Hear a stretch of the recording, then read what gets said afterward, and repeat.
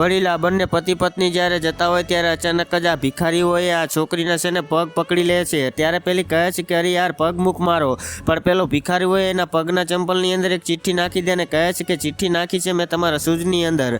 પછી આનો પતિ હોય કહે છે કે અરે યાર ચાલ ને, ત્યારે આરી કહે છે કે અરે રો, હું છે ને અહીંયા કણા ભિખારીને પૈસા દઈ દઉં।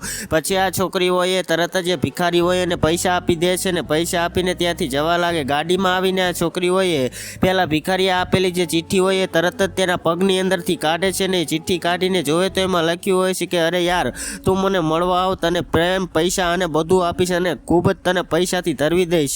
પણ આ છોકરી તો તરત જ ત્યાં કણે જાય એટલે કહે છે કે શું કહેવા માંગેશ તું? ત્યારે આર્યો કહે છે કે કંઈ તને આપવાનું નથી, હું તો તારી સાથે મોજ કરવા માટે તને અહીંયા કણે મેં બોલાવી છે અને હું તારી સાથે ખૂબ એન્જોય કરીશ। ત્યારે પેલી કહે છે કે અરે યાર તે મને છેતરી છે તો તે આવું કેમ કર્યું? ત્યારે પેલો કહે છે કે મોજ કરવા માટે ને એટલું કહીને બાવડું પકડીને ઓલીને બંને હાથ પકડી લે અને કહે છે કે હવે તારી સાથે જો હું ખૂબ એન્જોય કરીશ, હવે કેવું કરું છું તારી સાથે તું જોતી રહી છે એમ જોઈ લે, એમ કહીને આર્યોને પકડી લે છે। ત્યારે પેલી કહે છે કે યાર મૂક મને।